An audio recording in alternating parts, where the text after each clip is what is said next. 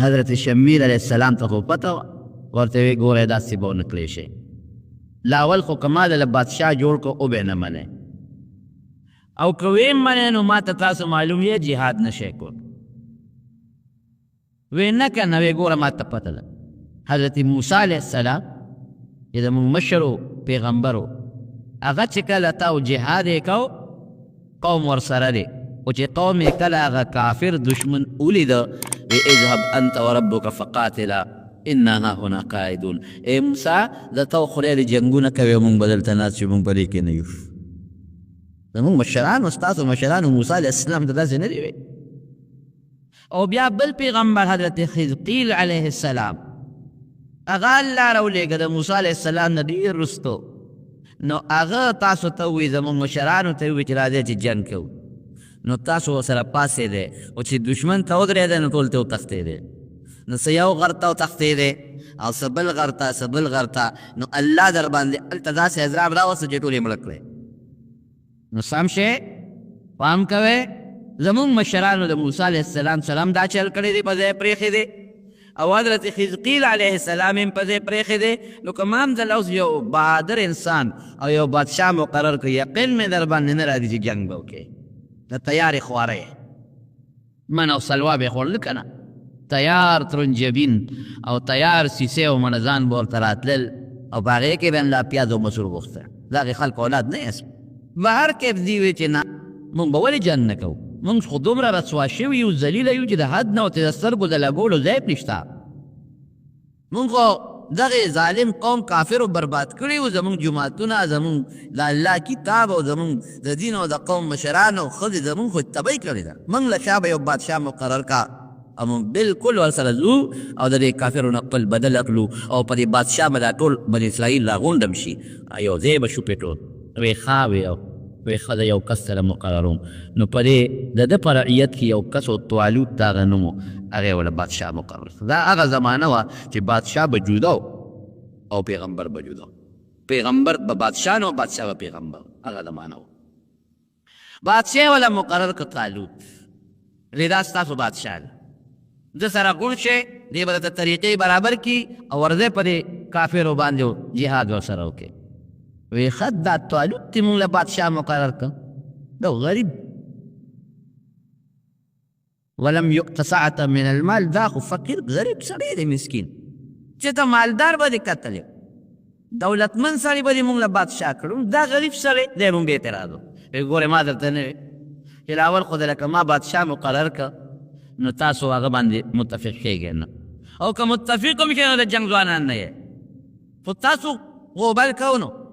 وی نه دا مونږ نه منو. وی اوس خو ما د الله سره مشوره کړې ده، ما خو د ځانه نه دی مقرر کړی، د خو پیغمبر یم، الله په مشوره مې دا سړی بادشاه مقرر کړی دی. بدبختو که دا مو ونه منه غر کېږې. نو بعضې کسان خو د خپلې خبرې نه واپس شوي، ټیک ته وبه منو. بعض ووی چې یاره دا خو زمونږ لکې شک دی، او دا خو غریب دی او مالدار نه دی، او د قوم مشر خو مالدار پکار دی. وی مونږ له څه نښه راکاږه. وی ښه یو نښه به د الله نه وغواړم. پروردګاره دا طالوت خو ما ستا په مشوره دی قوم مشر جوړ کړو، بادشاه مې جوړ کړو، خو دا بعضې خلک اخوا دې خوا کوي، یو نښه ول راولېږه. الله وی زه نښه هم درلېږم، ټینګې کا، د ټینګېدو قوم نه دی بني اسرائیل، ټینګې کا یو نښه درلېږم. هغه تابوت چې کوم دی هغه کافرو وړی و، تختولی و تی، او په هغې کې هغه تبرکات پراته وو، د تورات نسخه پکې پرته ده، او د ابراهیم علیه السلام او د آدم علیه السلام صحیفې پکې پرتې دي، او د مختلفو پیغمبرانو تبرکات پکې پراته دي. هغو کافرو ځان سره وړی او کافرو به ډېر خیال ساته، ځکه هغې کافرو به هم ځان سره دا ګرځو په جنګونو کې، چې په کوم ځای به ورتل نو کامیابي به مونته. الله داسې وکړه چې هغه تابوت هغې پورې الله سپېره کړ، هغوی خدای سپېره کړل، چې کومه علاقه کې تابوت پروت و نو په هغې کې وبه ولګېده. هغې ویره دا جوړ د دې چل دی ښه، دا هغې قوم ته وړو، چې هغه قوم ته یو هلته بیماري خوره شو، وی هغې قوم ته یې وړو، بل کلي ته یې یوړه هلته بیماري خوره شو. خو دا لرکول پکار دی، چې ویې سوځو ماتې کړو، ویې نه ګورې وسوځویم او ماتویم، ځکه د پیغمبرانو تبرکات دي پکې. او داسې به وکړو د خپل کلي نه به یې چېرته بل خو چېرته به یې وړو. وی داسې وکړې یو د غوا ریړی راوسته او دا صندوق یې په هغې کې کېښوده، او د بني اسرائیلو طرف ته یې وله مخه ورکړه، وی ځای ورسره ما وی شړی بس دا به هغې کره ځي، را په مخ یې کړه، د هغوی په ریړه کې واچوه، تابوت پکې پروت دی او روان دی شپه ده هغه غوی نیغ راغی او د تاجود د دروازې مخکې ودرېده نه مخکې قدم او نه وروستو قدم خلک چې راپاڅېدل شمویل علیه السلام ته یې وویې یا تابوت خو دغه دی راغلی دی صندوق هغه خو په هغه غوی ریله پروت دی او د توالوت د دروازې مخې ته ولاړ دی نه غوی مخکې دی نه وروستو ویې دا نښه شوه اوس منې وی اوس یې منو بس اوس خو ځکه منو چې نښه راله او اوس به دا صندوق هم مونږ ځان سره ګرځو چې مونږ حمله کوو نو مونږ له به الله کامیابي راکوي لکه زمونږ مشرانو چې به دا ځان سره ګرځو الله به کامیابي ورکول طالوت یې وله بادشاه مقرر کړ هغه ته یې صندوق ځان سره واخله او لښکر واله ورده په د عمالقه جهاد ورسره وکړه دې مخیار وده وې چې دا خو ماته معلوم قوم د بني اسرائیل دی خو هر ځای تېښته کړې دا خو نران نه دي هسې نه چې څه پکې کلک هم شته مضبوط هم ایماندار هم شته خو جنګ کې دا قاعده یو کس منډه واله نور وړه نو که دې کې د له شلو دېرشو کسانو منډې والې خو زمونږ به هم زړه خور کړي نه هغه پې یو تجربه کوله یو نهر و په هغې تېرېدل چې جهاد له تلل د هغه کافر او جابر بادشاه د هغې قوم د جابر بادشاه دغه زمانه کې جالوت نه و د هغه جنګ له تلل نو چې هغې له تلل نو ده پې یو شرط ولګو هلکه یو شرط در باندې لګو وایي ما سره به جنګ له هغه سړي ځي چې په دې نیر پورې وځي خو د نیر نه صرف یو چونګ اوبه څکي او باقي به نه څکي یو چونګ به څکي او که چا زیاتې اوبه وڅکلې ګولی به ځان سره نه پرېږده او تلې هم را سره نه شي ګرمي وه وی چې دا سړي زامن په نیر ور پرېوتل بس شروع یې پرې وکړل هر یو خېټه وپړسوله په اوبو باندې لږ غوندې او اتیا زره لښکر و څومره و اتیا زره خو د دنیا لښکر په نیر ورغلل او خېټه شنه خېټه کړه او ښې اوبې وڅښلې او صرف یو څو کسان په شمېر پکې پاتې شو 314 چې هغوی دا خپل بادشاه په حکم عمل وکړو یو چونګ یې بیا راواغېستی هغې وڅښلې او چې نیر نه پورې وتل نو چې چا اوبه ډېرې څښلې وی بیا تږي د خدای شان دی ګرمۍ کې چې اوبه څومره ډېرې سړی څکي که نه نو هغه اور هم تږي کېږي بیا پنیر راغوټه شو بیا وڅښلې چې پورې بوتل بیا به رالل پنیر به راغوټه شو اخره کې طالوت ته وایي مونږ خو د تلو نه شو دا خو ډېره ګرمي ده او بلا به مو څښلې مونږ خېټې چوي مونږ مدل کم ځای کولی شو او هغه 314 کسان وی چې مونږ ستا په خبر عمل وکړو یو چونګ به مو څښلې تنده مو لږه سړه شوه مونږ کې د تلو طاقت شته دا نور نران پاتې شو 314 ځان سره نبي علیه السلام فرمایي بخاري شریف کې حدیث د بدریینو متعلق وی زمونږ شمېر د بدر د صحابو د طالوت د لښکر برابر دی د طالوت د لښکر شمېر هم 314 او دا هم 314 چې مخکې لاړل دي خو شنه خېټه پرېوتل مونږ د کارنوي صاحب خېټې هم پړسېدلې دي دا د جنګ ورځې نه دي دا ګرمي ده او تاسو یې بدبختو جهاد نه 314 څه وایي هغې دعا کوي ربنا افرغ علینا صبرا وثبت اقدامنا وانصرنا على القوم الكافرین یا الله مونږ له استقامت راکړي که مونږ ته هر څومره تکلیف پېښېږي خو چې مونږ صبر راکړي پیدا شي استقامت ختیم کلکې کې چې اونه تښتو او الله د کافرو مقابله کې امداد به هم څه کوي دونه مدیراره دعا ده امداد به هم څه کوي او بیا دې خپل طالوت ته وایي مخه پکېږه کم من فئة قلیلة غلبت فئة کثیرة بإذن الله اذا الله امداد وي که نه نو کله واړه ډله هم په لویه ډله باندې بري مونې مونږ له به الله امداد راکوي طالوت غټ شو چې ځکه دغه د زرګاو د اخکر رانه پاتې شو خو پاتې ښه دی داسې هم د جنګ نو دا به تښتېدل دا 314 هم خویول دا اوس مضبوط کسان پاتې شو جالوت چې راغی میدان ته 100,000 فوج و ورسره 100,000 او خو مضبوط جوش کې راغلل چې ښه بني اسرائیل خو ما تتر بتر کړي زمان مشرانو د دې خو مونږ کتابونه او جوماتونه او مدرسې هر څه روان کړي دا خو مونږ ختم کړي دي دا بیا راشته شو راته او دې ته خو مې اطلاع وه چې احتیاط دی خو چې ویې کتل نو قوم ته یې ولیده د ماروب نو ټولو تښتېدل او دغه 200-300 پاتې دي او دا به هم داسې نه وجنی دا به جمدي نیسو او دې ته به مونږ چل ښو دا به مونږ د دې ټولو لپاره د عبرت نمونې ګرځو علالو به جمدي به نیسو او دا ټول به پې هېرو خو جالي ډېر پهلوان مور و ډېر پهلوان او ډېر بهادر و هغه زمانه کې خو ډز به د پهلوانۍ جنګ به د پهلوانۍ به توره به ورسره و مخ په مخ به یو بل سره جنګېدل پهلواني به یې پورې داسې خو نه چې دلرې دی ټوپک په تخت کې نیولې دی او پټ ډزو کې وتښتې دا جنګ نو توره به ورسره و هغه به میدان اوړه چې کم به ښه مضبوط پهلوان به و بهادر به و جالوت میدان کې راووته او دې بني اسرائیل ته وایي تاسو ته ستاسو نیکونو ته زموږ نیکونو سبق نه دی کولو. بیا راووتی میدان ته، بیا در کې سا وشوه، جنګ سره نه کوو، نیسو به او داسې به نیسو چې تاسو نه به موږ د عبرت نمونه به ګورو. او جالوت چې کوم بادشاه دی زورور هم دی، په دوی باندې دا خبره سره مشو. دلته تعالی الله ته سوال وکړو یا الله هغه یو لک دي او زما دا خو درې سوه دیارلس دي، الله موږ ستا په لار کې جنګېږو، که مړه شو نو شهیدان به شو او که جمدي پاتې شو غازیان به شو. د مجاهد څه دي؟ خو الله ته به راسره امداد کې. او یو اعلان یې وکړو، وی زما په لښکر کې چې چا هم جالوت مړ که فتح به الله موږ له راکوي، نیمه بادشاهي به م ورکوم او خپله لور به م وله ورکوم، نیمه بادشاهي به م ورکوم او زما لور شهزادګۍ هم ورته په دې کوي. دا اعلان دی.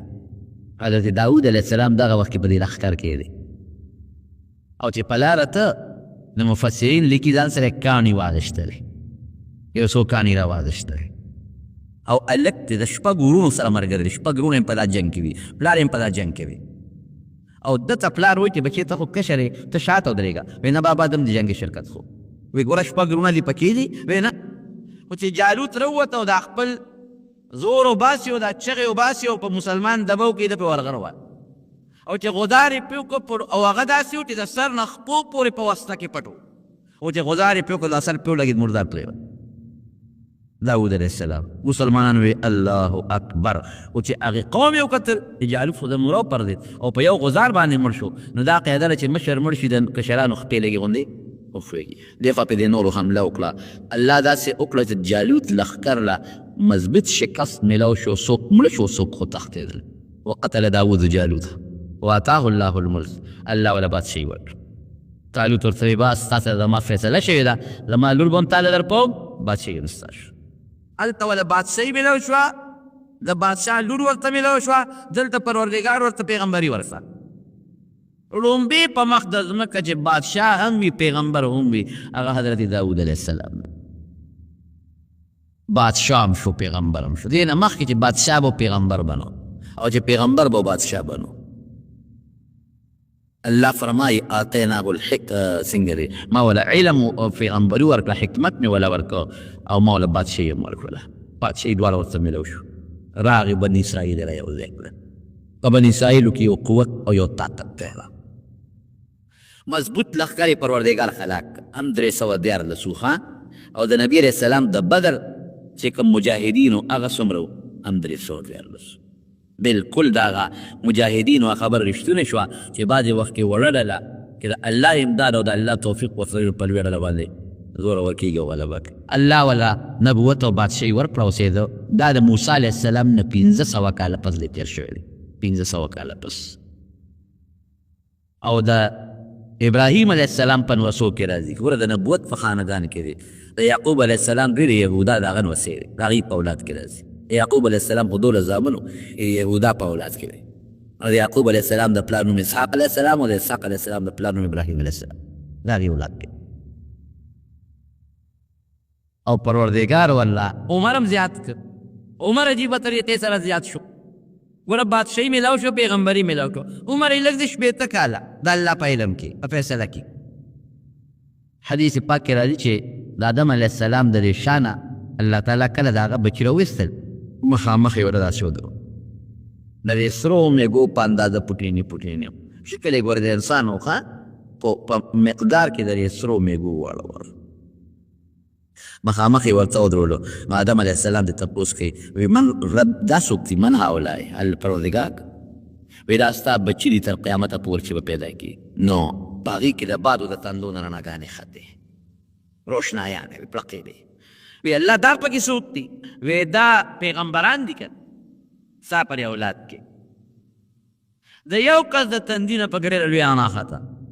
داسې ډېر چمک و او ډېره برېښنا یې کوله. وی الله وی په دې پیغمبرانو کې د یو کس د تندي نه خو ډېره لویه رڼا خېږي، دا څوک دی؟ وی هذا ابنک داود، ستا نمسی دی داود علیه السلام. نه د خوښ شو په هغه ځای نو تپوس چې کوي وی الله عمر دې وله څونه مقرر کړی دی؟ څونه عمر دې ولې ښودی دی؟ وی 80 کاله. نو چې آدم علیه السلام کل عمر ته وکتل چې زما خو 100 کاله 1000 کاله دی او ده ته یې وکتل چې دا خو 80 خو ډېر معمولي پوټې غوندې شی دی وی الله عمر ولا زیات کړه شپېته کاله ډېر کم دی خشته خپلې پړقېږي چمک وي ولا زیات کړه وی نه ما چې چاله څومره عمر مقرر کړی دی حقه به یې د هغې نه نه پټې زیاتوب ونه کوم دا د الله فیصله دی چې څه مې مقرر کړی دی حقه عمر به یي نه پټې زیاتوب ونه کوم نو حضرت آدم علیه السلام خو خپل عمر ډېر وی الله که زه وله د خپل عمر نه لږ غوندې ورکړم وی انت وذاک راستوره د خبر د خبر کې ورکول وګورې یاد وساته که د خپل عمر نه دې وله عمر ورکړه نو ستا به کمیږي ما چې کومه فیصله کړې ده عمر به لکه یو سړی جومات ته 1000 روپۍ راوړي او دا پرې 3 کسانو تقسیم کا او یو کس وي چې د یو له پکې زیاتې ورکړه ابو وروره ما هم دقه 1000 دي اوس په ته زیاتې ورکړې خپلې څه وله ورکړه الله وایي زما د عمر فیصله هم حقه ده که ته وله زیاته ورکړې نو آدم علیه السلام ګورې ستا د عمر نه به کمیږي خوښه دې خپله ده وی رب زده من عمري 40 سنه هغه خو د عمر شروع هم نه دی که نه لکه لا خو په جنت کې د دنیا ته خو راغلی هم نه دی او زر کله خو هغه ته ډېر لوی شیخ ښکاري نو بس هغه وایي زما د عمر نه 40 وله ورکړه پروردګاره 40 کاله عمر حدیث پاک کې راځي نبی کریم صلی الله علیه وسلم فرمایي چې آدم علیه السلام کله دنیا ته راغی او الله خو ورته ویلي چې عمر به 1000 کاله 40 کاله پاتې شو ملک الموت وله راغی وایي ستا ټیم پوره دی و ټیم کوم ځای پوره دی شمېر دی کلی دی یو که نه الله را لېږلی منو الله به شمېر کړي وایي داسې کار دی چې زما عمر کې اوس هم 40 کاله پاتې دي ماته الله 1000 ویلي 40 کاله مې عمر پاتې دی ما یو ورځ شمېرلی ده ملک الموت الله ته رجوع کړه چې الله خو داسې وایي ورته یاد کړه چې ستا 1000 و خو 40 د داود علیه السلام له ورکړی دی راغی وی ولې تا خپل نوسي ده داود علیه السلام له 40 کاله نه دي ورکړي وی نه ما نه دي ورکړي نسیه وجهه ده ایري ویر د هغې زمانې د هغې دغه دار داسې مثال دی د هغې علاقې لکه سړی چې خوب دي بعض انسان ته خپل خوب یادي او بعض انسان ته خوب یاد نه یېري نو اخو د بلې دنیا معاملې وي نو آدم علیه السلام ته یاده نه وه دا خبره قرآن کې الله په خپله وایي یېرې مو او انکار یې وکړو نو د اولاد نه وي ځکه خبره یېرېږي او انکار هم کوي یېره په انسان غالبه ده که او در انکار وکړي وی ما خو نه دي ورکړی وی تا ورکړي دي کوم وخت کې هغه میثاق او وعده و د شانه مې د بچي راوویستل تا دې له 40 کاله ورکړي دي اوس که سر خلاصه ده نو آدم علیه السلام ته یو سکند صبر ونه شو 40 کم 1000 کاله باندې د هغه نه ساه لاړه او د داود علیه السلام په عمر څومره شو پوره 100 کاله شپېته یې خپلو 40 وله ده نو داود علیه السلام ته څو څیزونه میلاو شو نو درې بادشاهي میلاو شوه د باګرۍ د وجې نه مفتو کې نه بهادري وکړو یو لوی کافر یې مردار کړ او د هغې په مقابله کې رب العالمین ورته پیغمبري ورکړه او د آدم علیه السلام د عمر نه هغه ولله خپل عمر نه مخکې نه 40 کاله سنبالې ښودو چې دا ده او پروردګار ورسره یو احسان بله م وکړه یو کتاب یې نازل کړه زبور تورات خو و ګډوډ شوی نو نوی کتاب الله دې راولېږي زبور او ده به یې صاحب تلاوت کو او داسې تلاوت به ده زبور کو ناشنا تلاوت د نبی علیہ السلام په صحابو کې یو صحابي دی ابو موسی اشعري رضی الله عنه دا هغه ډېر خشتاوه دومره خشتاوه چې کله ابو موسی اشعري رضی الله عنه تلاوت کو رسول الله مبارک به ورسره سر لقو ای ابو موسی وی داسې خشته مزیدار اواز الله درکړی دی لکه داود علیه السلام اواز چې څنګه یو ګور پیغمبر علیه السلام د داود علیه السلام د اواز صفت کوي لحن داودی هغه په شان خشته اواز الله درکړی نو د داود علیه السلام اواز څنګه مزیدار او خشته و چې کوم ځای به تلاوت د قرآن شریف کو نو غرونو به هم ورسره زبور وی کاڼو به هم ورسره زبور وی او مرغۍ به رالې په دې هوا کې به یې وزرې والې او ولاړې به وې او څاروي به ورته راجمع شي هغوی به هم ورسره په هغه تلاوت کې مصروف او چې ځنګل ته به لاړ په ځنګل کې به د زبور تلاوت کو د ځنګل د اونو نه به هم د زبور اواز وته دې ته تلاوت وایي منس اواز دی خو لاول اوازونه خراب دي خشته نه دي او که خشته اواز لچې نو په منځه کې یو غلظ وباسي زرې ووایي ښکلی اواز سره مزېدار اواز سره تلاوت د قرآن شریف کوئ لږ کوئ خو ښکلی کوئ یو پاو تلاوت وکړه یو رکوع تلاوت وکړه خشته اواز سره وکړه مزېدار اواز سره نبی کریم صلی الله علیه وسلم فرمایي چې کوم وخت کې پیغمبر تلاوت کوي پیغمبر د قرآن شریف او په خشته اواز یې کوي الله ورله داسې توجه ورکوي چې دونه توجه بل شي نه ورکوي ښکلی اواز د الله لوی نعمت دی الله دې زموږ نصیب نو لږ تلاوت خو په ښکلي او خشته اواز سره نو داود علیه السلام چې به کوم وخت کې تلاوت د زبور کو او زبور بیا کتاب عجیبه دی زبور ټول د الله ثنا او صفت دی هغې کې احکام نشته، احکامات ټول تورات دي، تورات په احکامو به عمل کوو. زبور کې ټول د الله ثنا او صفت. نو کې د بر زبور تلاوت شروع کړو نو مرغانو حیواناتو او سیب د کانو دی بوټو دی به سره بنګار کوو. لکه یو سړی تلاوت کوي که نه او هغه تلاوت یې چا له خوند ورکړي نو هغه هم پړه کې ورو ورو پټ پټ ورسره لګي. یا بشیر جان کله نعت وایي که نه او چا له خوند ورکړي نو هغې ورسره هغه کله یې ورو ورو په قلار کړي هم کله وایي لکه وایه راسره که نه نو هغه لا خفوان شروع. دا خدای ولې شوم دی موږ ته نه وایي نعتونو. بهر کې هغه داسې خشته اواز الله ورکړو او الله ولا طاقت څنګه ورکړو. نبی علیہ السلام په خپله فرمایي حدیث کې راځي سلمان غلط قصه نه ده چې نوکرانو ته به یې حکم وکړو چې دا زین راته اس راته بار کې نو چې هغې به هغه اس باندې قطع چوله او زین به یې پې برابرو نو ده به تورات د زبور ختم کړی بیا دومره ساعت کې. شاه اسماعیل شهید رحمت الله علیه چې دی هغه به په 6 ګنټې کې قرآن شریف ختمه 6 ګنټې. نو صاحب د هندوستان او د علاقې علماو او قاریانو یې ځا کې ته کېدی شي 6 ګنټې کې نبي علیه السلام خو فرمایي 2 ورځو نه مخکې به ختم نه کړې 6 ګنټې کې څنګه ختمې. هغه د هغې قرآن شریف ځان سره لاس کې ونیو او د مازدیګر لمونځ چې وشو نو ده شروع وکړله الحمد نه شروع کړه الحمدلله رب العالمین. د ماښام بانګ یې نو ویلې چې والناس یې قرآن شریف پروت هغې ورته او د قرت د اصولو مطابق قاریان او علما ورته نسي هغې ورته ویې ته یې ویلی چې دا ستا کرامت دی نور چا ته لږ عادت نشته.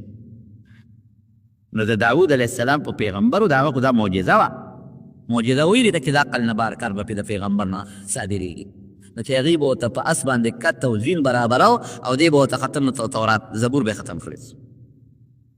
ډېر اواز خشته والی. عبادت به یې څنګه کوو نو چې نبي علیه السلام د کوم عبادت صفتو کې نو هغه د صفت قابل یې کړه. نبی علیه السلام فرمایي ویله داود علیه السلام مونځ ډېر مزېدار ډېر اعلی.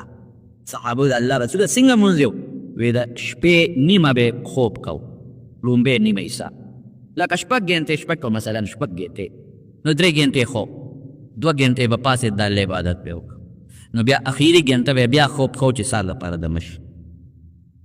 3 حصه به د شپې عبادت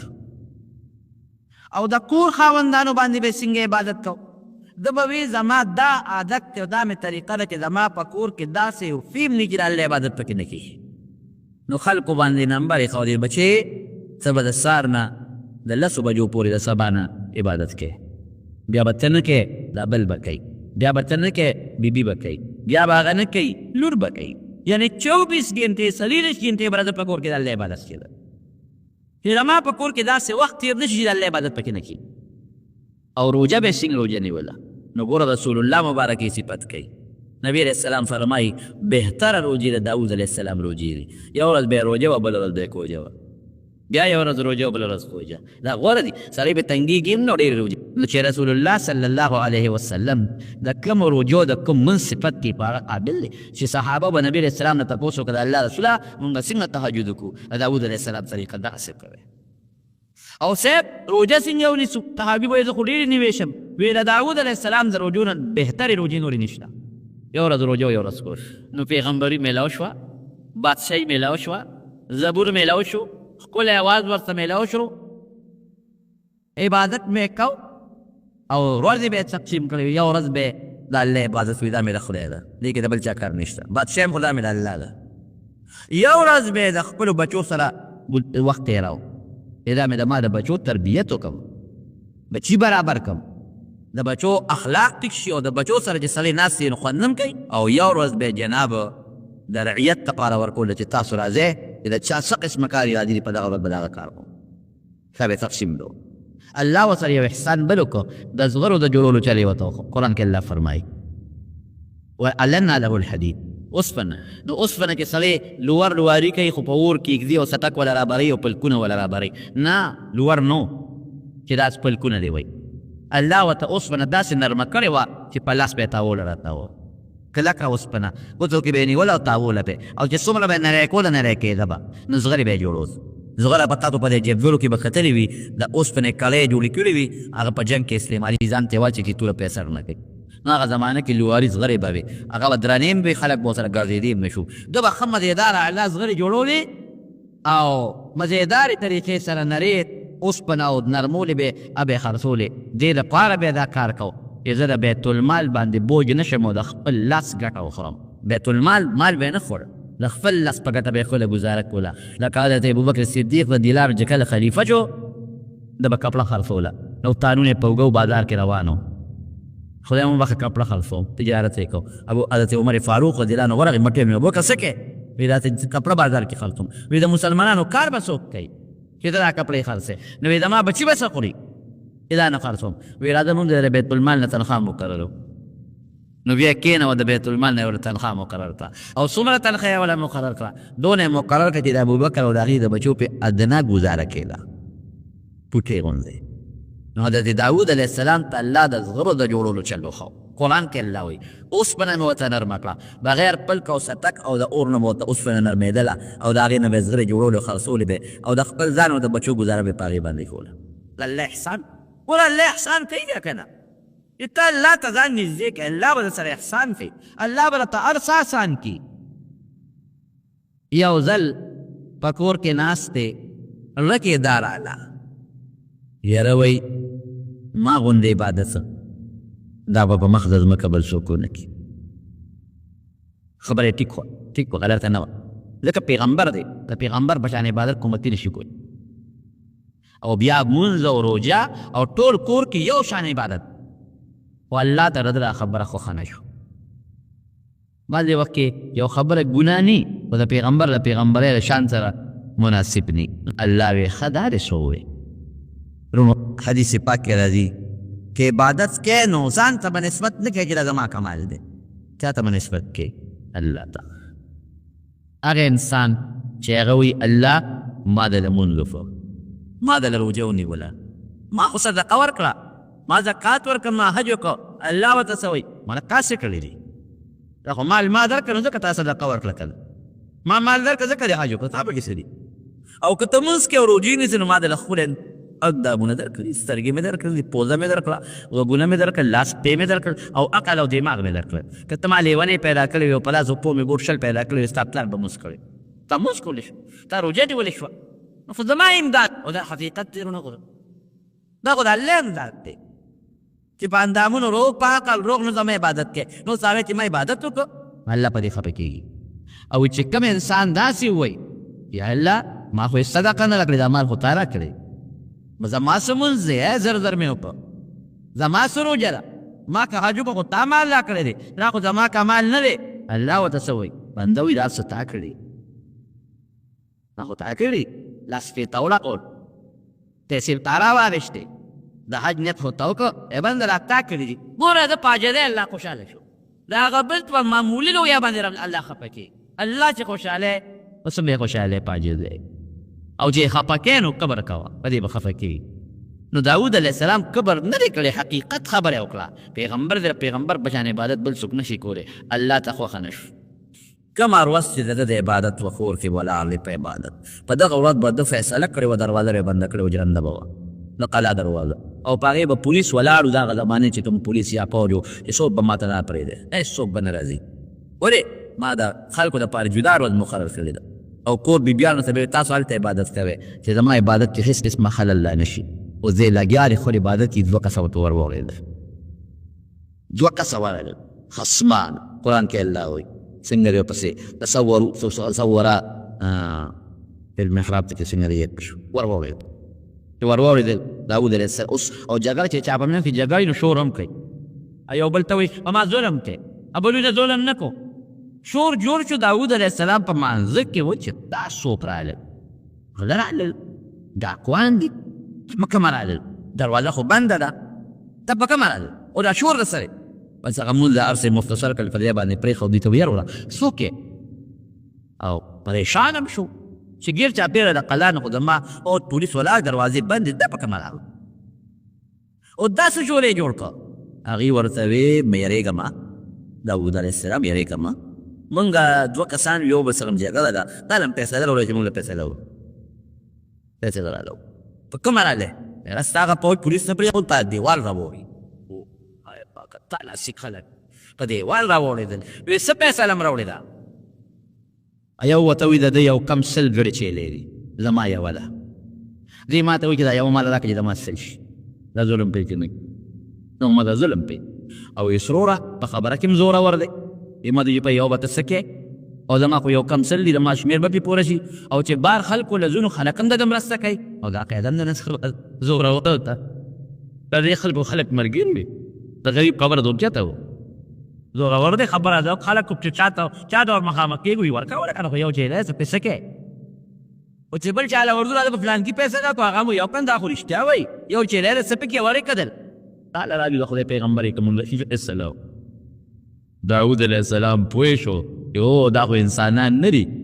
دا خو فرشتې دي په دیوال د پاسه انسان کوم ځای راوړی دی شي ما نه غلطي شوې ده ما وی چې د ما په شان عبادت څوک نه شي کولی الله دا دې پوه کړم چې دا څومره ټیم دې ضایع شو بیکار بې ځایه غوندې مصرف درته بعضې مفسرینو یو بله خبره لیکلې هغه ټیک نه ده ټیک نه ده ویله ده یو کم سل بیبیانې وي وینځې وي او یو بل یو کس هغه سره یو وینځه وه نو داود علیه السلام هغه ته وایي چې دا یو ماله راکړه نه الله وله دا فیصله راولېږله نو هغې وی چې دا یوه چیلی چې ده دا دله ورکړه دا ظلم او دا خو زیاتې دا خو هغه هم زیاتې ده چې هغه نه هغه یوه وینځه غواړه خو دا خطره خطا ده ښه دا ټیک نه ده د پیغمبر په شان کې دا خبره ګستاخي او نو پیغمبر داسې کولی شي فخر راکعا وانعم بس پوه شو چې دا خو الله په ما ازمایش وکړو په مې امتحان وکړو بلا وخت مې دا د عبادت ته ضایع شو دا خو په ځان له عبادت سم خو د الله توفیق دی که الله بادشاهي نه ورکړې نو ما ځان له عبادت پولی شو پولیس به زما څوکۍ کوله فوج به زما څوکۍ کوله ما په قلعه کې عبادت تو پرېوت الله ته په سجده ویې جړل دومره یې وجړل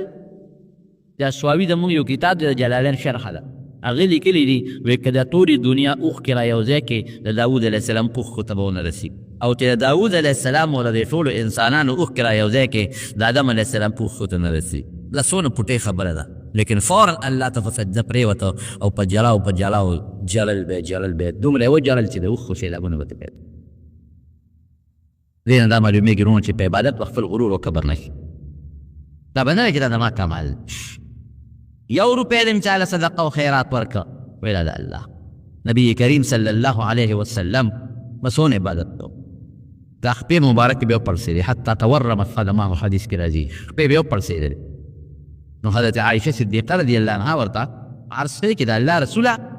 ته خو الله پاک پیدا کړې هر څه درته معاف دي زه دومره عبادت بیا ولې کوې چې دا خپې دې وپړسېدلې او جعلل به ولې جوفه عزیز کعزیز المرجل دې سینې به یې داسې اوازونه کول لکه کټوی چې په اور پرځي او هغه جوشېږي او خودکار کوي داسې به یې سینې اوازونه کول ټوله کړه به یې چړل رسول الله صلی الله علیه وسلم نو عایشه بیبي ورته عرض کوي چې دا ته ولې کړې تا په الله مکمل معاف پیدا کړې او ته څه وایي افلا اکون عبدا شکورا نو چې الله دونه احسان په ما وکړو چې دې پاک پیدا کړم نو زه به د هغه شکریه نه ادا کوم پکې شکر خو ادا کوم دی دې نه زیات ولا کوم چې شکریه ادا شي او موږ الله دونه احسان کړی ټول موږ الله مسلمانان پیدا کړي ټول وایي الحمدلله د مسلمان وطن کې د مسلمان مور او پلار نه او د یو عظیم پیغمبر محمد رسول الله صلی الله علیه وسلم امتیان دې نه غټ احسان د الله بل شته هغه روغ صحت به م پرېږدي ور څه به پرېږدي دا روحاني او دا دیني د الله احسان نو موږ چې څه کوو د الله یقین وکړه که پوټې شکریه موږ ادا کولی شو د الله دونه احسانات دي په موږ باندې زه اکثر دا خبره کوم وایم که په جاپان کې پیدا وي نو موږ به بوتم بوت رام رام فول که په انډیا کې چې د هندوانو په کور کې پیدا وي نو د خپل لاس جوړ شوي بوت ته به هم سجدې کول که په روس کې پیدا وي جرمني کې پیدا وي نو موږ به خدای نه منل او که په اسرائیلو کې پیدا وي نو موسی علیه السلام او عزیر علیه السلام ته هم د خدای زوی وي او که په امریکا کې د عیسایانو په کور کې پیدا وي نو عیسی علیه السلام ته هم خدای وي شکر دی چې مونږ خدای دغه ځایونو کې نه یو پیدا کړی دنیا به څه کوې څو ودې برې دنیا قشته وه مال او دولت او موټر هر څه به سره و خو ټول عمر به د آخرت د ډمبرو لرګې و ټول عمر به د جهنم ځای و او د خدای فضل دی دنیا یا او شکر دی هر چا له خدای د ګزارش دغه ورکړی دی دنیا لږه ده که ډېره ده او پرې مطمئن یو د الله فضل دی چې په قبر کې او په حشر په نشر کې به مو انشاءالله د رسول الله صلی الله علیه وسلم جنت الله نصیب کوي ولې په هغه مو ایمان دی د هغه دین مو منلی دی الله مو منلی دی انشاءالله احسان دلته احسان وکړه هلته مو احسان کوي يمنون عليك أن أسلموا قل لا تمنوا علي إسلامكم بل الله يمن عليكم أن هداكم للإيمان نو خبره مې دې پورې کوله چې حضرت داود علیه السلام متعلق ځینې دا عبرت واخلې زمارو ته عبادت به فخر نه کوې هغه پوټې غوندې خبرو کوې څونه امتحان او ازمایش پرې راغی قوم ته به لګیا و نصیحت یې کړ هغه قوم چې دته راجمع شو زمونږ د جمعې ورځ د عبادت د هغې د خالي ورځ وه نو هغې د ایلې یو علاقه ده د دریاب په غاړه باندې د کوه طور او د دغې علاقې سره خوا کې لوی دریاب دی بحر قلزم ورته وایي دغې بحر قلزم په غاړه باندې ایله کلی دی دغې کې اکثر خلک د دې پاتې کېدل نو د خالي پر ورځ یې پې ښکار بند کړی د خالي پر ورځ به ښکار نه کړی نو الله پې امتحان کوم د خالي پر ورځ به دریاب کې کبان ډېر په نور ورځو به کم په دې باندې ښکار بند و یې نه به کوې نو دې یو چل جوړ کړو ډنډونه یې جوړ کړل ډنډونه د دریاب په غاړه باندې نو د خالي په ورځ به یې د هغې هغه ورکونه وویستل چې کوم ته اوبه ورته دي نو چې کبان به دونه ډېر چې د اوبو د پاسه به نو هغه به هغه ډنډونو ته ولاړل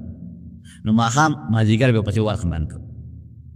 نو سار به پرې رالل نو کبان به یې ترې راوویستل وره چلونه یې جوړو او جال به یې راوړه جال د خالي په ورځ به یې جالونه په دریاب کې وغورځول نو په دغه ورځ به یې کبان نه ویستل جال خو چې دې ور وغورځول نو کبان پکې بند شي که نه د اتوار په ورځ به راخېل نه جال به یې راووي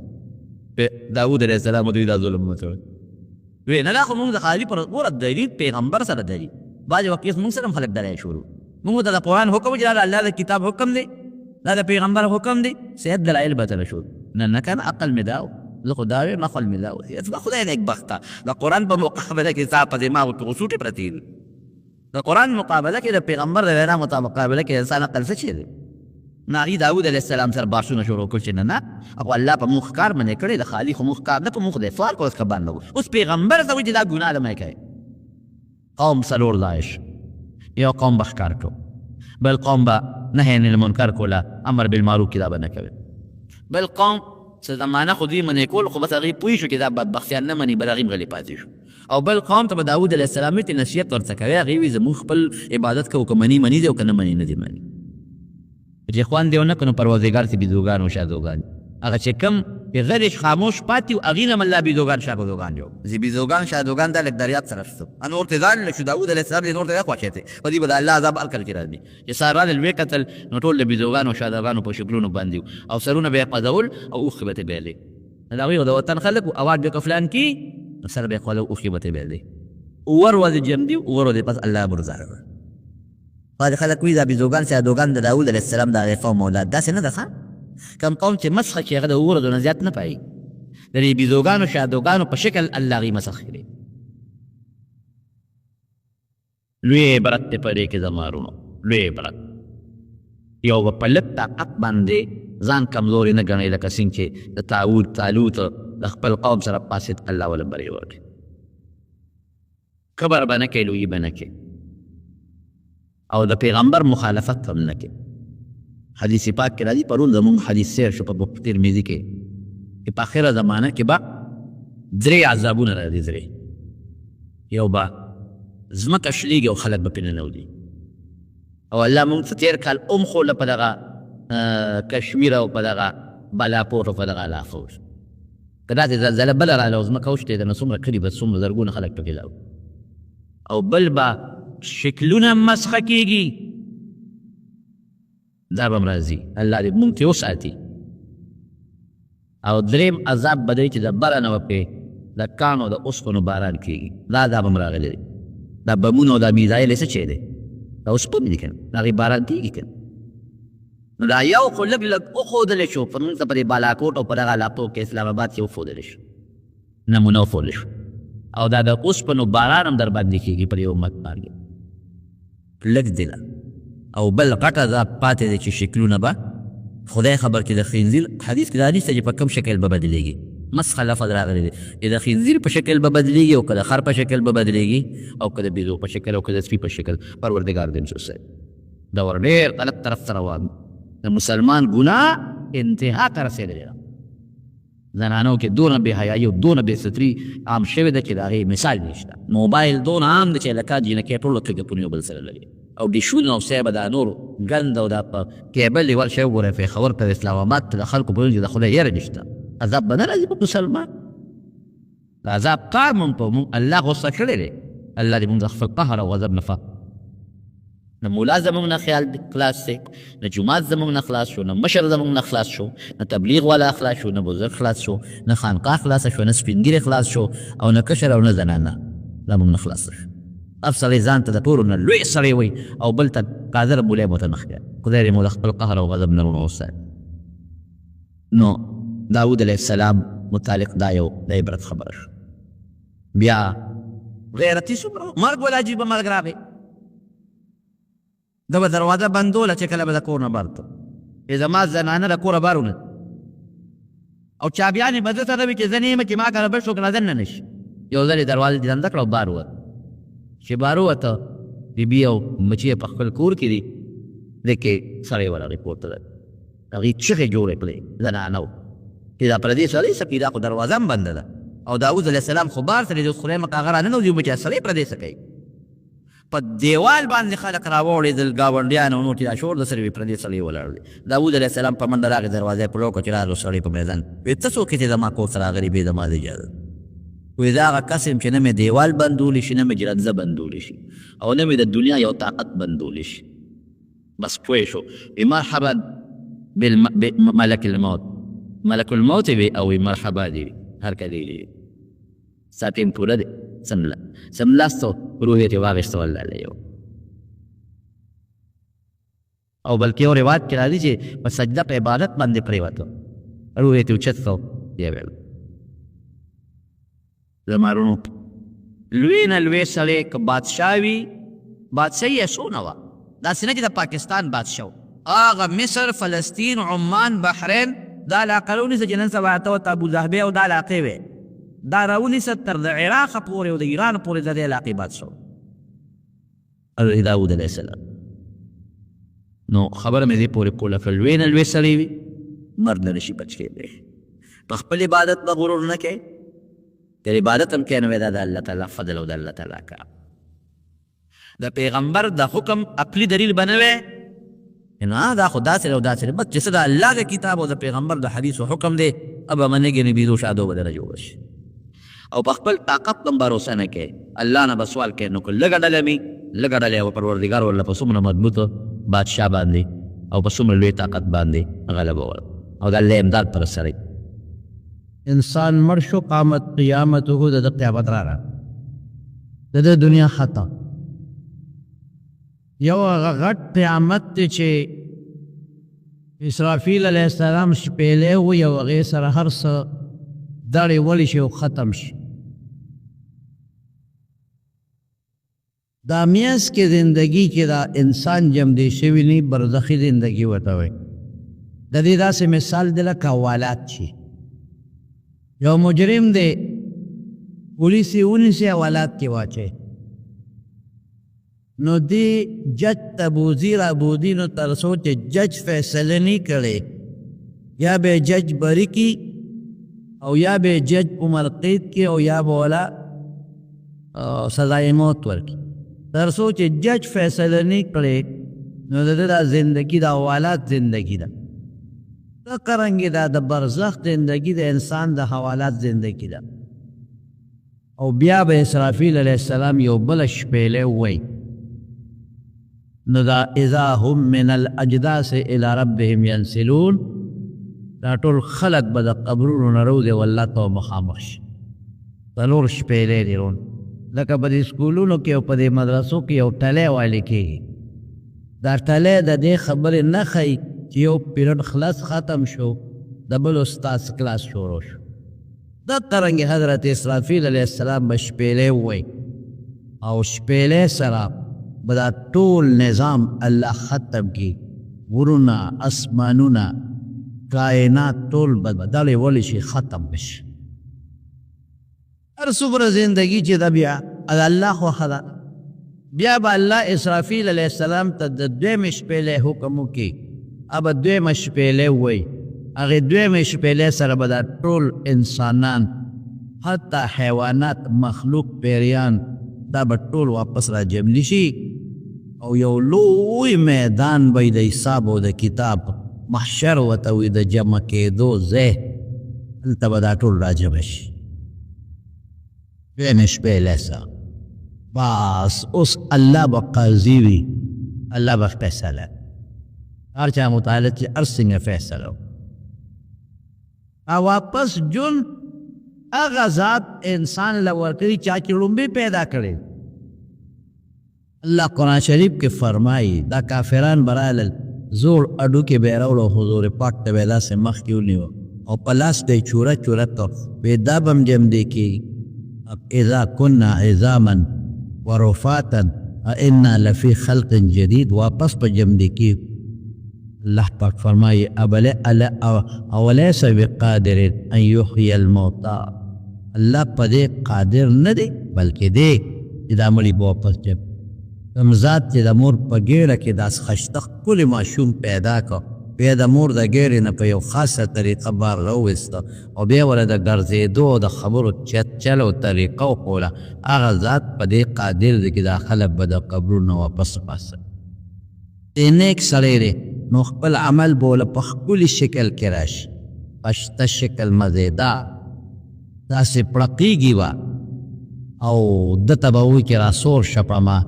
یې د حساب کتاب به یې دنده بوزم دی به ورته ته څوک یې چې د معلومې سترګې پته ولګېد ښې دعا به ورته وکړي ما پال بختور د جړومبې سترګې پته ولګېدې به ورته وایي د ستا نیک عمل دنیا کې ته په ما د پاسه سور وې، دنیا کې زه په تا سور او ته مې خپل خواهشاتو ته نه پرېښودو،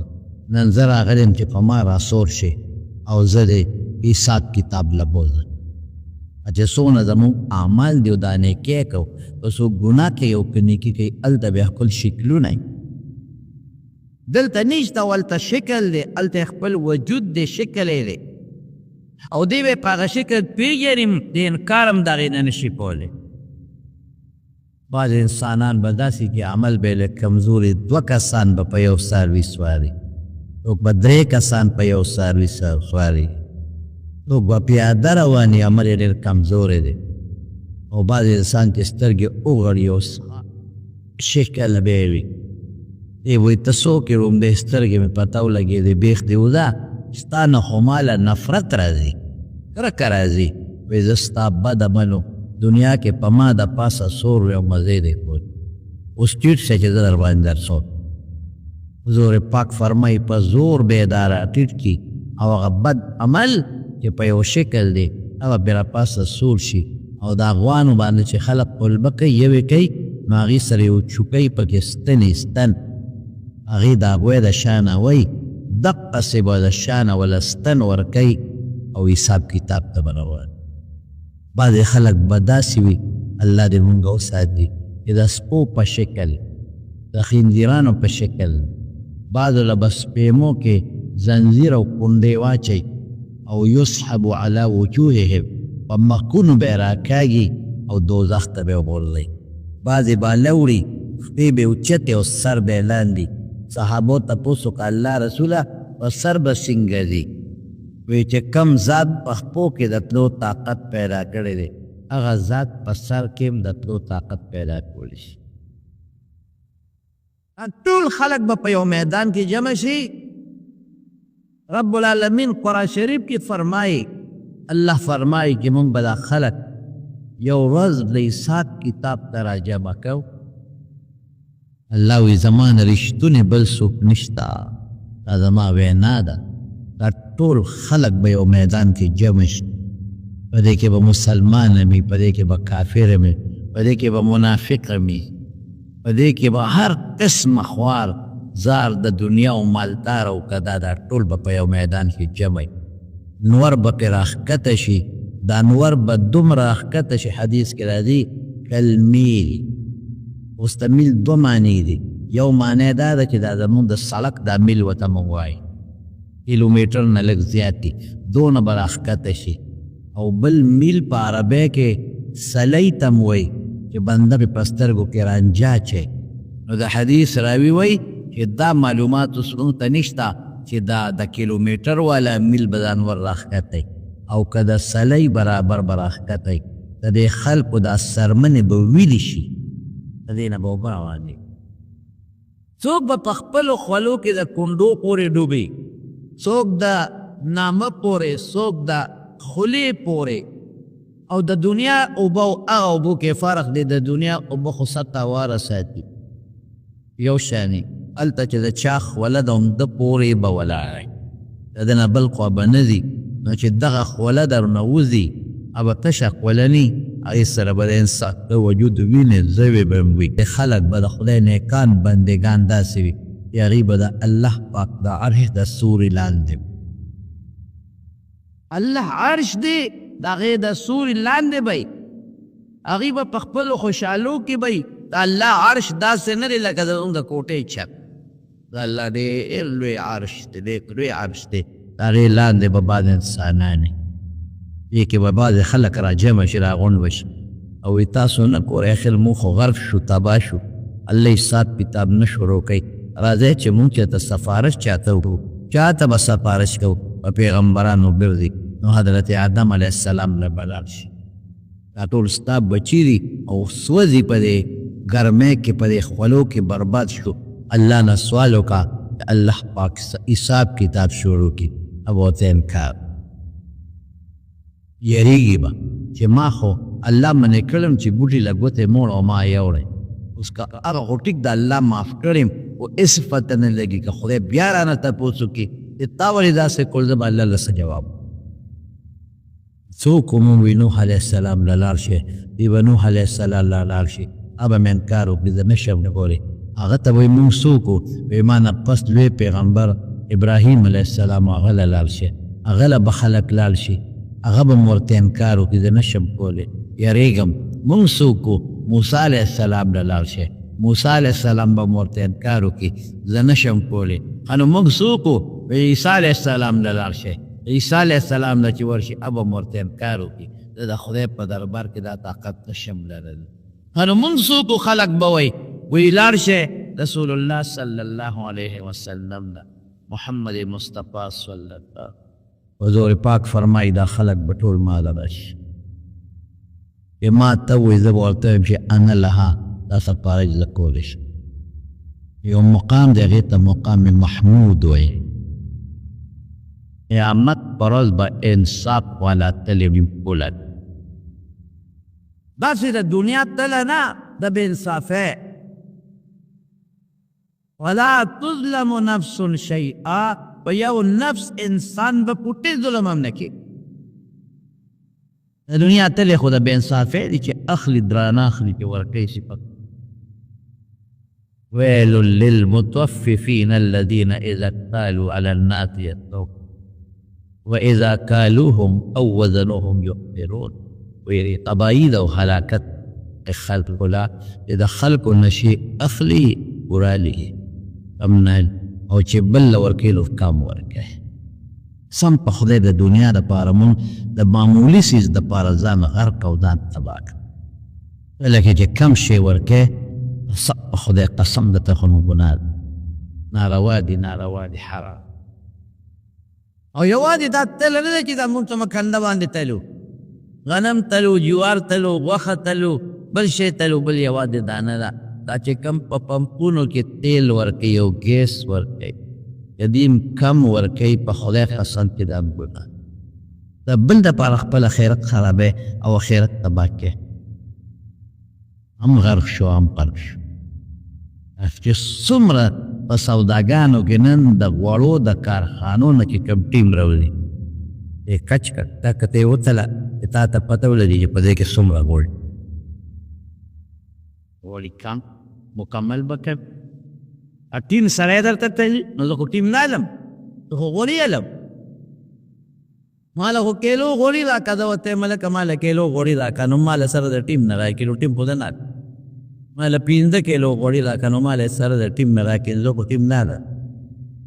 نن سبا بیا دا ظلم دی چې ورته وایي چې 5 کیلو راکړه، نو دله بدر کې دا 15 کیلو دی چې پورې وګړي هغې به مه کوئ. مسلمانانو مه کوئ د خپلو مچو دپاره، د خپلو لوسو دپاره، د خپلو کړوسو دپاره خپله خیر وخراب. خدای کې دې په کار شي د قیامت په دقه ورځ باندې یوم یفر المرء من اخیه و امه وصاحبته څنګه دی و اخیه وصاحبته وبنیه، ورور به ضرور نه تستی ما معاف کړه،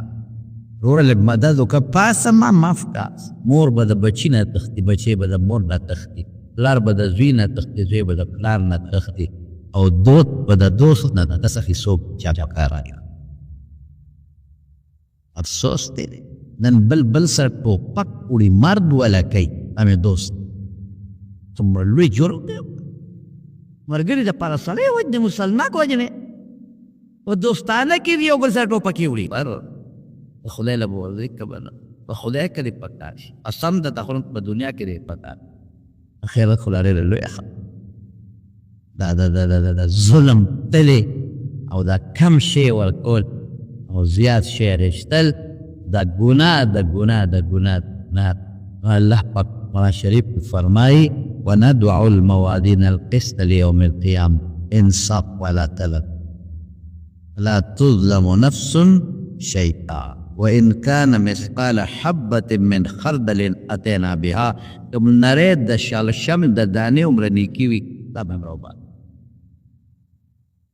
دا شالشم دا داني عمر گناه دی کری دا بهم روبات ووجدوا ما عملوا آدر اللہ قرآن شریف کے فرمائی کسی دی کر لی آدر بیدکتا سے انکارم تے نشی وکفا بنا حاسبین اللہ سفر لما چاہتا جت نشتا چیزا چاہتا ہے برا شمالی حساب کتابو دل دخو بس اکرا والی جمالی حساب کتابو کدنک پٹواری مرزا برا والی مال ازمک کدنک اکاؤنٹنٹ برا والی شمالی حساب کتابو کدنک پیگن اللہ وی زما ایک چاہتا جت کستا دا پا حساب کتاب پلک ہوئے کم زبا بخپل حساب کتاب کو اما من کانا اذا کم انسان نیکے درنشوی وهو في عيشة راضية خوشالة زندگی دا واما من خفت موازينه او گناهونه سیاسته وامه هاوية وما ادراك ما هي نار هاوية لا تلب برده لدے تل نمکی حساب کتاب لانی شروع دا ہر پیغمبر حوض دے نمو دا خکولی مبارک پیغمبر دا حوض نم کوثر دے اور رسول اللہ مبارک فرمائی کہ دا بخکل امت دا حوض کوثر ہوا اور پردی خلق بات شعرن تیرے بزما امت اولا جو پی جنم پلو با بیا کم امتی سے منس کی آئے ہائے یو دل حضور پاک او فرمائل ودیتو لو انی رأیتو ارمان کما خکل رونا ولی دے دے رونا صحابہ وتوی منستا رونا نہیں دا اللہ رسولہ وی انتم اصحابی تاسو میں مرگری ہے رونا میں آغا خلق دے الى راغلی ندی رستو با پیدا کی او نالی دلی با پا ما ایمان روڑی و ما با منی تاسو خدا ما معجزات وینے انو ایمان امرامان رو تاسو خما وینے فرشتی وینے جبریل وینے ایمان امراو اگا خلق کی رستو رازی زیلی دلی نیم پا ما ایمان روڑی نو اقا می رونا دی رونا مونتے رونا ویدی دی رونا نبیات صحابہ تا پوس کی تبا دا خلق پیجنے سنگا ویزبے دا او دست اندامونو نا پیجنا دا ما امت کے او دست پوکی دا او دست اندامونو نا بیرانا خیجی نور امتونو دا او دست اندامونو نا مرانا نخیجی او زما دا امت دا او دست اندامونو نا رانا بخیجی پردید کئی تاسی بدا پردید دے پل حوض دا شلم ورشتی بی ورسلا اغیب شری لکه یو سړی کې پردی و خان د خپل حوض د شړی کې زما حوض ته صرف زما خانم اوس کې بل څوک نه حوض د رسول الله مبارک څومره خو ډېر غټ دی ډېر غټ موږ دلته پښتانه وایو کراچۍ نه خیبر حضور پاک هم هلته چې څوک ورته مخامخ ناست دی نو هغه ته وایي چې د یمن نه واخله تر د عراق پلانکی دے شام نوالا پلانکی دے پول یعنی خلوے دے او دا غیب پا غالا چکم لوخی پراتے دے دا اسمان دا ستورو نام زیاد دی او بیغ دا شاتو نخوگی دی دا ووری نا یخی دی چاچی یوزل اسکلے ابد الابد پوری بدتگی نش اللہ زمو نصیبو گرانو لگی اغینا پس با عمل نامی را پریش چالا پا خلاص کی چالا پا گستاس او چالا دا شهادت طرفنا نو مانی افسری دا پوسو کوئی دا دی سمات دا خلاص او گستانا مالا دا پا خیلاس ناخلم دا پا گست نالم مالنامه براله دا پا گست نالم دا بخی ورمکی پا باغیب ماوی که دا خیر پالجو یا وغزر و دا اونا لقیبیا بسکی التا پرشته دا لڈب درکی نیسا او خیلاس تے کار نکی سبکے و دا اللہ پا کارونو کے گوتے موا او چه عمل نامه در تکل ملو شوا او پاگی کی گناہ لیکلی اوہو ما لهذا الكتاب لا يغادر صغيرة ولا كبيرة الا احصاها یا خدایا دے عمل نامه کے خودما غوالو غٹ ټول گناہون لیکلی شوی او بیا شمیرلی شوی دی اخیره کې جمع تفریق شوی دی دومره گناه ده او اغیر نپس عمل نامه را خوری شي زمارونو نو بیا تله د پاغه تله باندې به وزن یوازې دا قصه نه ده چې دا ما درته وې حضور پاک فرمایي چې کوم انسان زکات نه دی ورکړ قیامت ورځ سخته ورځ ده د خپل مال نه هغه مال به خدای راوالي او یو اجدها به ترې جوړه کړي او په دې غاړه کې به یې ورته واچي غټه اجدها به او غاړې نه به یې توي او کله به دا یو وخت کې خوري شخ به لګوي او کله په بل او ورته به څه وایي انا مالک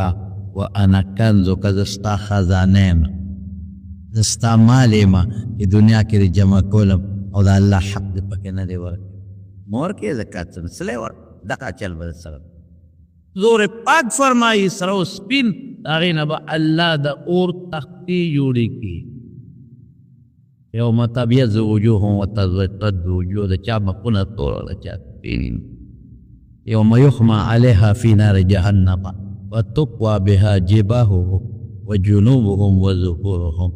هذا ما كنزتم لانفسكم فذوقوا ما كنتم تكنزون پدې تندو پدې ډډو پدې شاب ولا تاونه ورکړي او چې هغې غتاو کم شي نو بیا به په دوزخ کې ګرم کړي نو بیا به یې راوړي داغونه به او حضور پاک فرمایي وایي د انسان د ټیپه د سر د ټیپه د سر به یې وله ګرم کېږي ابه دونه ګرم وي چې شاته به یې توځي او په شا به یې وله کېږي به دونه ګرم وي چې د ټیټه به یې سر ته تو راوځي دا زموږ د دنیا مال دی او دولت دی چې مونږ پکې د الله حق نه دی ورکړی دغه حصه ده او کله چا څاروي دي او څاروو کې خپل حق نه یې ورکړ دا به هم راجمع کېږي دی به ورته څملي ښه به یې ورته کولو کې او غټ به یې کړي او دا څاروي به د پاسه ګرځي خو به پرې ګرځي لکه پخوا چې به خلکو د غنمو ګېډۍ اوبل کولې او چې کم څاروي ښکرې لري لکه غوا خندا ګډ چیلی په ښکرو به یې م وایي ابه داسې ښکرې نه شلی دی او چې کم څاروي ښکرې نه لري نو هغه به پرې چکونه لګي په خپو به یې راکوي دا سزا یې که په دې سزا د ده ګناه ختمه شوه خو جنت ته به ځي او که دا سزا کمه وه او ګناه ختمه نه شوه نو بیا به د حساب کتاب نه پس دوزخ ته ځي او تله به باقاعده مخامخ کل ته مخامخ به تله لګېدل ونضع الموازين القسط ليوم القيامة أما من خفت موازينه فأولئك الذين خسروا أنفسهم في جهنم خالدون أزمرون إذا وزن كيدا بسوء كي دا جبريل عليه السلام جبريل عليه السلام الله بخبل نگرانی کی د حساب کتاب شروع کیږي اسرافیل علیه السلام به درې مشپېلې و درې مشپېلې سره به ټول خلک بېهوشه پرېږدي څومره دي ټول بېهوشه حضور پاک فرمایي د ټولو مخکې به زه سر راوچت کړم بیا به څلورمه شپېلې و دا درېمه شپېلې څه له وایي دا د الله د عرش تجلي کی حساب کتاب شروع کی نو چې زه سر راوچت کړم فاذا انا بموسی موسی به ووینم آخذ بقائمة من قوائم العرش هو آخذ دا الله دا عرش وبینی ودی وی دا راته پته نشته چې زما نه مخکې دی په هوش کې راغلی دی او که نه په تور کې د باندې بېهوشي راغلی و کوهي تور کې نو الله د هغې په بدل کې د دا بېهوشي ختمه کړې ده او دې د هغې نه بچ شوی الا ماشاء الله دا الله په خپله نګراني کوي په خپله او حضرت جبریل علیه السلام به وزن کوي هغه شی سي لسان المیزان ورته وي داسې داسې چې کېږي هغې ته به جبریل علیه السلام ګوري انصاف به یې پوره بلکې الله به تپوس کوي د انسان دا ګناه دې کړې ده او کړې ده خو که وایې نه مې ده کړې دا ګناه نو الله قرآن شریف کې فرمایي په خوله به مخور ووایي لاس او خپې به کوی شي دی به وایي چې لاس پوته چې زه خو تاسو بچ کوم دروغ وایم نو زه چې بس کوی په ځان باندې کوی وکړې په کومه ځمکه چې دې کړې ده هغه ځمکه به ورته ښکاره کړي نن تاسو نه ګورئ دې کیمرو ته اټومیټک کیمرې لګېدي چې څه کوي نو هغه د هر څه ریکارډ کوي مکمل ریکارډینګ درته کوي په یو سیکنډ کې درته راوباسي کومه روز چې غلطي شوې هغه کیمرې له هغه روز ورکوي دا ورځ او دا ټیم په یو 2 منټو کې درته افسر وباسي نو چې بنده داسې څیزونه ایجاد کړل چې زموږ غلا او زموږ غلطي پرې نه پټېږي نو الله سره به دا څیزونه نه زه خو دې ته ګورم وایي ګوهې ګزاره کیمره درته مخامخ لګېدلې ده ګورې ښه لږه ګزاره شي یو نه سړی دوکان نه ګورې هغه د مخامخ کیمره لګېدلې زه پکې خطاران نو د بنده د کیمرې نه یېرېږي او د الله د کیمرې نه نه یېرېږي انکې د بنده کیمره لګېدلې ده نو دغه څنګه ربالعالمین د یو کیمره دا خو د ما تعبیر وکړه ستاسو د پوهې دپاره د الله د طرف نه یو کیمره د پاسه لګېدلې ده که نه هغې سره جبریل علیه السلام به وزن کوي ملک الموت به سره د ټولو ملګرو حاضر ولا کم باندې که ضرورت راغی او څوک سوال وکړي چې الله زما نه پرې مخکې څه ایستې ده ما سره هغې پسې ایستو کې زیاتې کړې دی چې جواب ورکولی شي الله تا راته وي کرام الکاتبین فرشتې چې دا زمونږ نیکۍ او بدۍ لیکي دا به ټولې ولایم او هر پیغمبر به خپل امت ته ولاړي آدم علیه السلام به ټولو بچو ته ولاړ الله به ورته آواز ورکړي یا آدم ای آدم قم پاسه عند المیزان قم ودرېږه د تلې پخوا جعلتک حکما بین ذریتک د خپل اولاد په منځ کې مې ته قاضي کړې ده ورور چا سره مونږ زیاتې کې ورته وایه رپېږي به هسې رپېږي به آدم علیه السلام د کجورې د پاڼې په شان شنې جامې به یې چول بعضې اولاد د جنت ته روان دي بعضې دوزخ ته په بچو بنده خفه کېږي حساب کتاب روان تله څومره ده حضرت داود علیه السلام یو ځل د الله نه سوال وکړه وی الله دا تله خو راته وښایه چې وته خوله نو بېهوشه پرېوت هوش کې چې راغی نو چې هغه الله دا خو ډېره غټه تله ده یا خدایه دې کې خو که دا اوه اسمانونو اوه ځمکې واچې په یو پوټیني ګوټ کې ځایږي خدایه دا به زموږ په عمل څنګه ډکېږي الله فرمایل رب العالمین ای داوده چې زه غواړم په یو کجوره یم ډکولی شي کوم عمل کې چې اخلاصي نو الله په هغه عمل کې وزن پیدا کړي درنۍ کوم عمل کې چې اخلاص دی د الله لپاره نی نو هغه سپکي لکه د بوسو یا د مالوچو د ډمبر په شانتي یا د بوري د ډمبر په شان ډمبر یې زیاتې خو وزن یې نه او چې کله اخلاص پکې وي د سونې د سرو زرو د سپینو زرو برابر وي وزن پکې وزنداري وزنده او وزنده حساب کتاب دی قرآن شریف کې الله او ځله خوښه ده که پوره حساب کتاب کوي په خدای مې د قسم یې شی ګران دی موږ نه شو ټینګېدی ور خو که الله دې خوشحاله که په دنیا کې نو د سره ګزاره کوي سوف یحاسب حسابا یسیرا یو کس به حدیث کې راځي الله به ځان ته رانږدې کړي ښه به یې رانږدې او الله به ورته وفرمایي ای فلان کې اتعرب ذنب کذا و کذا فلان کې ګناه پېژنې کړې ده یا وړې وړې بوتې او الله اتعرف فلان کې دې کړې ده او دې به زړه کې و چې خدایه هغه غټ راته را مخکې نه کې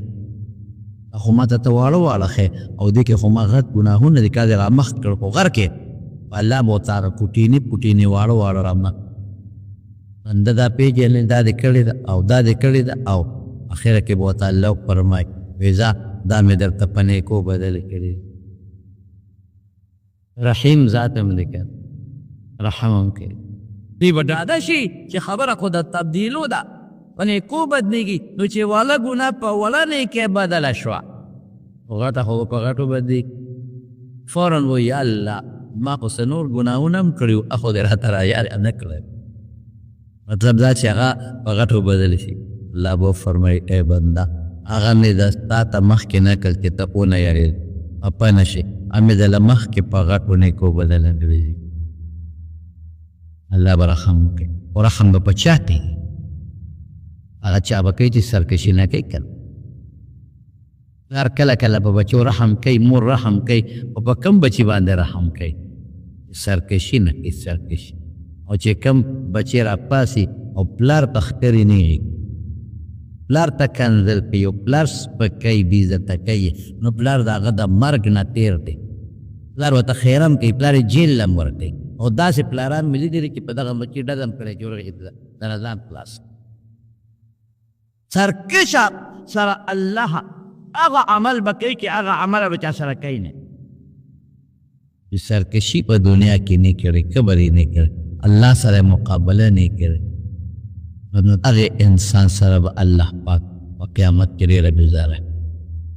رحم به کوي. الله او حدیث پاک کې راځي د الله او یا سل رحمتونه. نمره دا یو مثال دی، ګوره په حقیقت کې داسې نه تعبیر سل په هغې کې یو رحمت راکوز کړی دی او د ټول مخلوق یې تقسیم کړی. چې کله مور په بچو رحم کوي دا هغه یو رحمت دی. تر دې حده پورې چې